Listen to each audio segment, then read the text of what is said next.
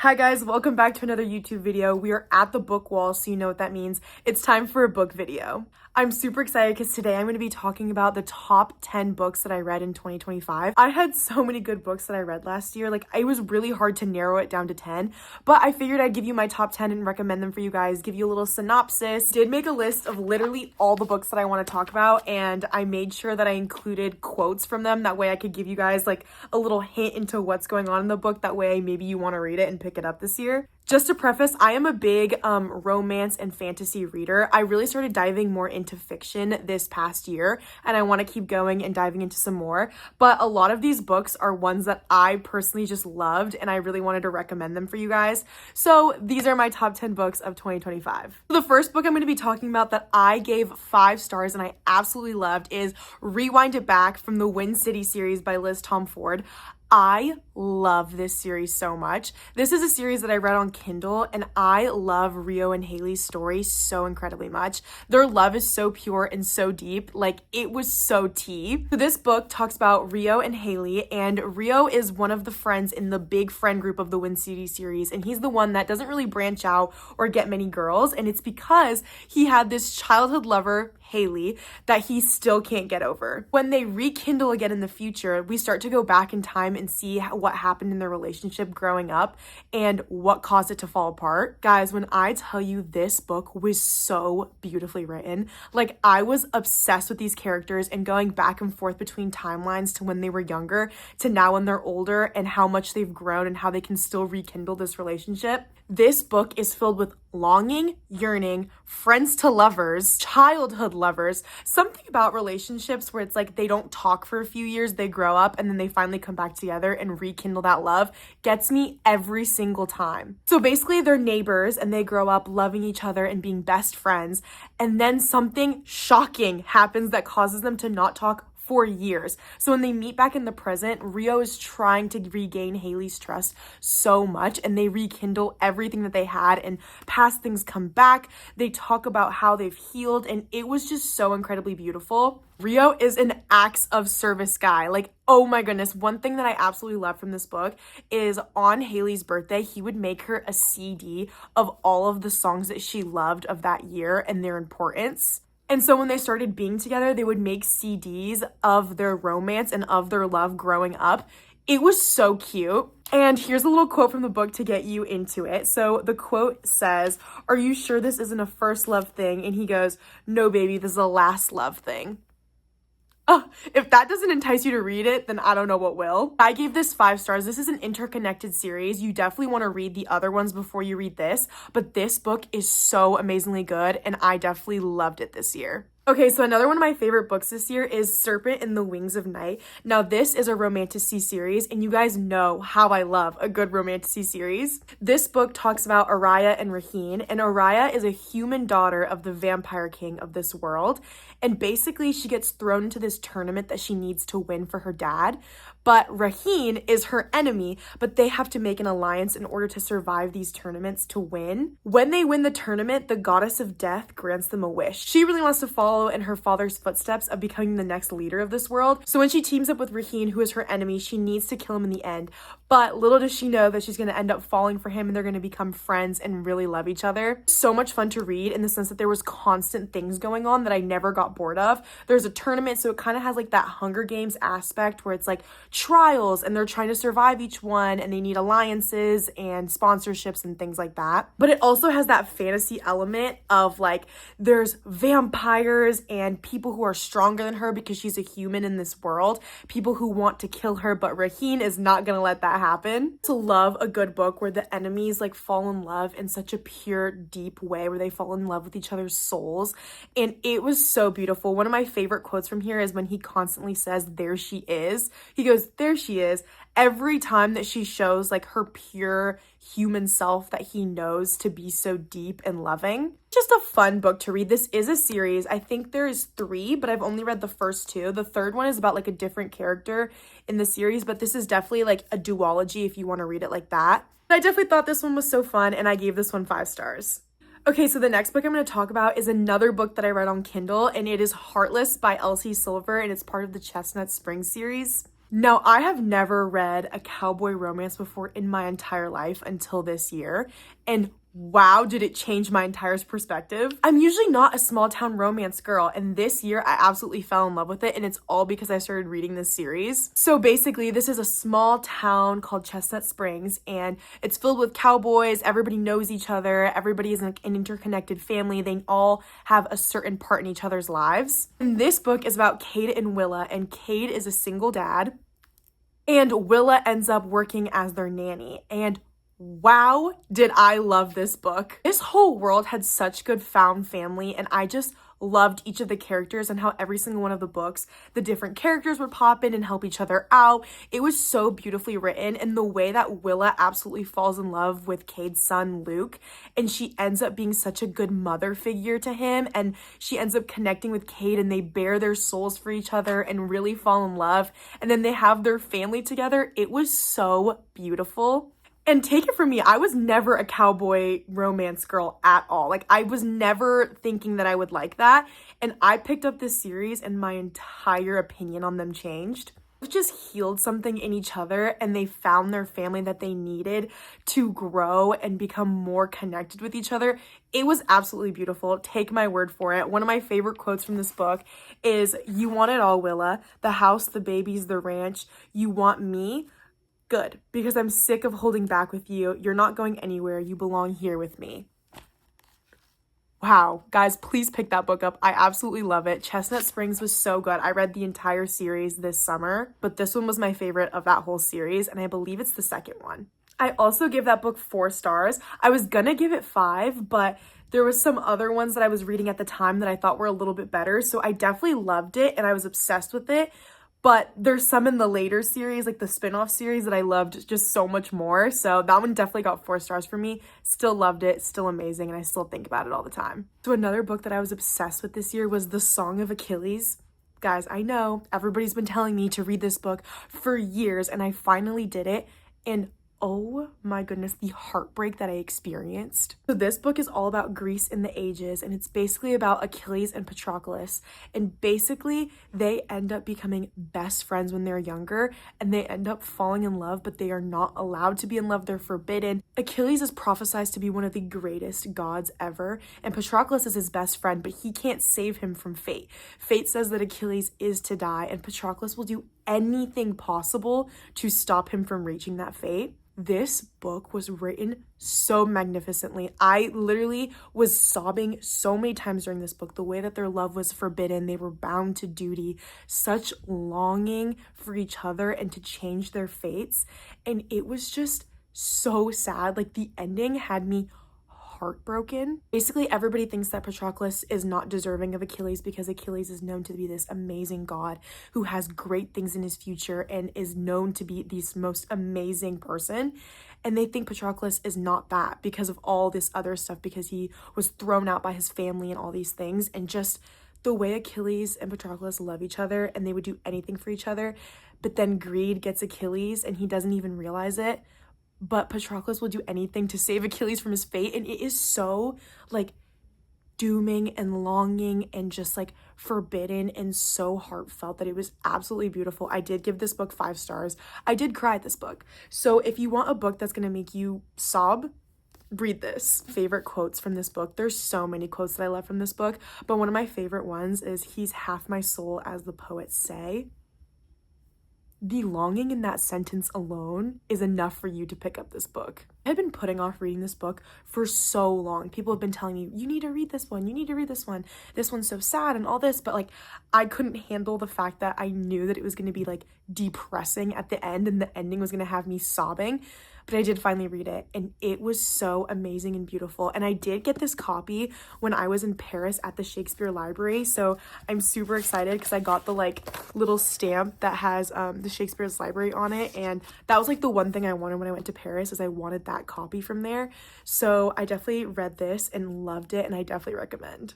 So then we have Wild Eyes from the Rose Hill series. Now, this is the spin-off series to Chestnut Springs, which is the book that I just talked about previously. And oh my goodness, I loved this series so much. I loved Chestnut Springs, but Rose Hill just took it for me. Like, that one was just my absolute favorite. I love all the characters, the world that they're in. This is another small town romance with cowboys, but this one is about this cowboy country singer, and she comes to this town to escape her life as a celebrity. There's so many things that she's struggling with, insecurities that she's struggling with, her appearance in the public, and she comes to get away. It is about West and Skylar, and they are a forced proximity romance, and it was absolutely amazing. Wes is a single dad. He has 2 kids, and he will do anything for his kids, and he really wants to protect them and let them have the life that he didn't. And Skylar is thrown into this world. She's trying to escape her celebrity status and everything that's going on that's dragging her down and her mental health down.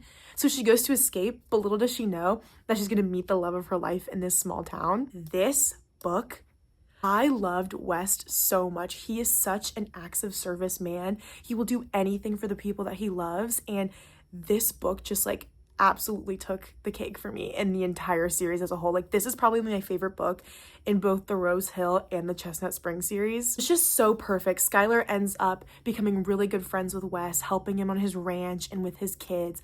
And the kids really start to fall in love with Skylar, and she finds out that she doesn't need all these other things that she was running away from. She just needs West and this family and this life that she's building for herself in this quiet, small town. And it was absolutely amazing and beautiful. I loved this book so much. This is also another interconnected series, so you definitely want to read the other ones, but I promise that it's worth it because these characters are so good and the growth that they go through together is absolutely amazing. One of my favorite quotes from this book, I have it written down because she's a long one.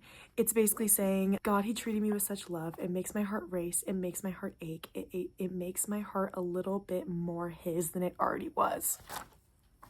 This book is so good. I gave this one 5 stars. Loved it. My favorite of both series. Of course, I had to talk about my favorite Emily Henry book that I've ever read, which is Happy Place. I read this last summer.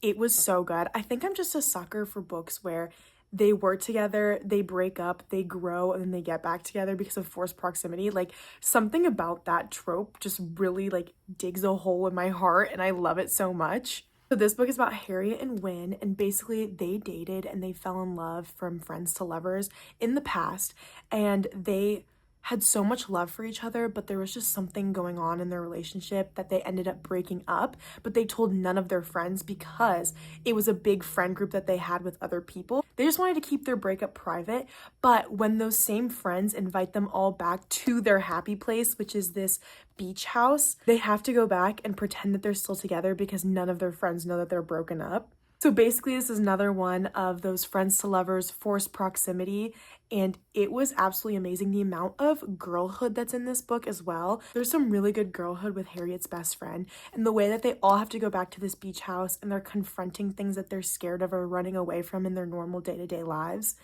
It was so beautiful. I loved this one. This is probably my favorite Emily Henry book that I've read, and the only one I haven't read by her is The Great Big Beautiful Life, and I'm going to read that this year. But this one was my absolute favorite. I just loved everything about their romance and how much they loved each other and cared for each other, that they would rather be apart than hurt each other. Just the growth in this book. Like, this book really just showed how people can truly grow together and they don't need to hide things from their friends, that they can grow and learn together as a group. It was just so amazing. Of course, this was a 5-star book for me. I couldn't put it down. I think I highlighted so many quotes in this book because I loved it so much. But one of my favorite ones that I have written down is, everything keeps spinning, but my mind always has one hand on you. Win! What a man! Other acts of service man, and if you couldn't tell, that's my favorite type of man. And not acts of service in the way like I want things from them. It's more in the sense that like when someone tells you something and you remember that little detail, that you bring it up later, and like it's just so intimate and like beautiful to me. Like, it could be something as simple as like, oh, like I just really like my music at this level in the car because of blah blah blah blah blah, and they remember, and you're just like, and then they do it later on because they remember, and it's just so sweet. There's a lot of like moments like that in this book. That was a really bad example, but you kind of know what I'm getting at. Another one of my favorite books that I read was also on Kindle, and it's called The Emperor, and it is part of the Dark Verse series, and I love me a good dark contemporary romance series, and especially mafia related. I don't know if it's my old Wattpad days coming back, like I don't know what it is, but something about that kind of like vibe of a book I absolutely love. So this book is about Dante and Amara. Now Dante is the heir to the mafia throne and Amara is his housekeeper's daughter. And they grow up together basically their entire lives, and Amara has always had this big crush on Dante, but basically they can never be together because Dante has to marry someone of equal status in their world, and she has always had a crush on him their entire lives. He's older than her, like really close friends and everything, and she has always really liked him, but he has never felt the same way until she gets kidnapped, and he is like torn up about the fact that she's not there, and he has always liked her and has noticed that she is in love with him, but he never really felt the same until they got older. And when she's finally taken, he has that moment of like, oh my goodness, I need to get her back because I love her. Before you read this book, make sure you check the trigger warnings. This is a mafia book, so there's a lot of dark topics that go on in this. And of course, she gets kidnapped, so there's a lot of that going on. So make sure you check those before you read them. And I loved this book because I thought that their love was so pure in a world that is so dark and scary. Basically, they go through a lot of things of not being able to be together, and they realize that they don't care. They want to be together anyway, despite everything in their world that says that they can't be. I also just love Dante. Like, I liked him since the first book. This is a series. I think it's the third book in the series. So you definitely want to start with the first one, which I believe is The Predator. And you want to make sure that you're reading all those because you'll get the other characters that are involved. But this is also another interconnected series, found family. It is very amazing how, like, in such a dark world, people can find such light and love. And I loved this book. I just love me a good mafia romance. I feel like something about a protective guy is tea. If you like that, along with like soft moments where they really are in tune with each other's souls, then I would definitely check out this series because it's so good. I just loved how in this book they fully just like can't be together, but Dante will do anything that he can to make sure he ends up with Amara. One of those books where it's like she noticed him first, but he fell harder. One of my favorite quotes from this book is him just saying, "You're the beat to my heart." And the moment when he says it is so beautiful, and you'll have to read the book to know what I'm talking about, but trust me, this book was so good. It was one of those books that I just loved this year, and this led me down another dark rabbit hole of reading a lot more like dark contemporary romances, which is my roots, so I absolutely loved, of course. But I did give this book 4 stars just because I thought it was good, but was it like absolutely life-changing and I'm totally a different person because of it? No, I just really liked it, and I thought it was good for the dark romances that I was reading this year. And the next book that I have that I gave 5 stars is Releasing 10. Now, if you guys know me, you guys know that I love the Binding 13 series, the Boys of Tommen series. I love every single book that Chloe Walsh puts out. This book tore me to shreds. Like, it was devastating. It is a big book. It was absolutely really sad. Definitely check trigger warnings for this book. This book has so many dark topics and very descriptive things that are really sad and uncomfortable and just really heartbreaking. So make sure you check trigger warnings before you pick this book up at all. I just love these characters in this series. So I was really excited when this book came out, and I'm really ready for the next one. This one definitely explains how Lizzie is in the other books. So this book's about Lizzie and Huey, and you'll see them in the other books as you normally do. But this one is really sad and talks about their past leading up to the present.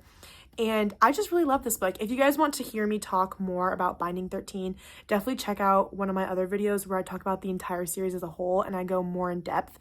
But this was a absolute 5-star for me. I loved it. It was so sad, so heartbreaking. I just love these characters so much, and I can't wait to see their happy ending in the future. I'm not going to talk too much about this book because you guys can totally check out my other video and see in depth if you want more about Binding 13 series, because I talk more about every detail of these books, but I definitely wanted to include this because I just loved this book this year. Other second to last book that I read this year that I absolutely loved and gave 5 stars is Heartless Hunter. I was obsessed with this book. I literally couldn't put it down. This is a duology, so there's a second book called Rebel Witch as well, but when I finished this book, the way I went to 5 different Targets to find the next one because I had to read it that fast, I loved everything about this one. But this is about Rune and Gideon. So Rune is a witch and Gideon is a witch hunter. And in this world, witches are being persecuted and they are not allowed to be in this society anymore. And Gideon is part of the captain of the guard, so he's the one that hunts down these witches. Arun is a secret savior where she saves witches who are being held captive by Gideon and his men. But nobody knows that it's her because she is a high member of society. So basically, this is very much a fake dating, enemies to lovers, very forbidden romance, like so much back and forth. There was so many fun things that I loved about this. I couldn't put it down. Basically, Rune's best friend Alex is Gideon's younger brother, and Alex is in love with Rune, but Rune doesn't like Alex that way, but they are best friends still. And Alex absolutely knows that Rune is a witch, but he keeps it a secret from Gideon because Gideon would kill her if she knew. Gideon is tasked with finding who is releasing these witches, and they are suspicious of Rune. He strikes up this deal where he tries to court her to get her to trust him, and she accepts because she needs to not marry anybody else. She doesn't want to marry anybody else that might know that she's a witch, but she wants information from Gideon to release more witches. So they're both fake dating each other and pretending to really like each other to get something else out of it. Talk about enemies to lovers. They're both playing each other, but they both don't know it. It's crazy. Like, she wants to be with him to get information and he wants to be with her to get information. It is so good. It is so amazing. What they don't know is that they actually end up falling in love with each other so much to the point where they find out the truth.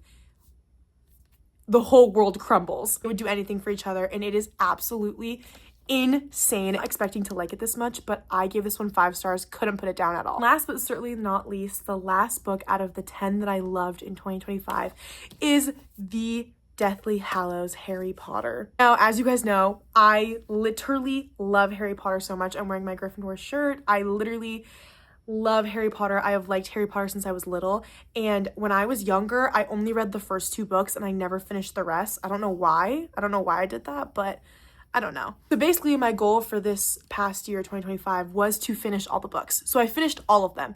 This book was amazing. Like, I was obsessed with this. Even though I've seen all the movies a million trillion times, there is so much in the books that they don't include in the movies that it's actually insane. Like, the way I got so much more information about the Deathly Hallows, about Dumbledore's past, about like these little intricate things with Hermione and Ron and Harry and Ginny that they just don't include in the movies. And I love the movies. I think the movies are absolutely amazing, but there's just some things in the book that, you know, you can't beat. This series because Harry Potter has such a special place in my heart. Like, truly, I have loved these movies since I was a kid, and they've gotten me through so much. So finally finishing this book was an absolute roller coaster. I knew everything that was going to happen, but still, it was so amazing and devastating and beautiful, and I just love the story as a whole. And it's the way that in the movies, I'm such a Dumbledore over Snape girl when I watched them, but now reading the books, I really liked Snape more than Dumbledore, which is what shocked me the most. Of course, they both have their good and their bad,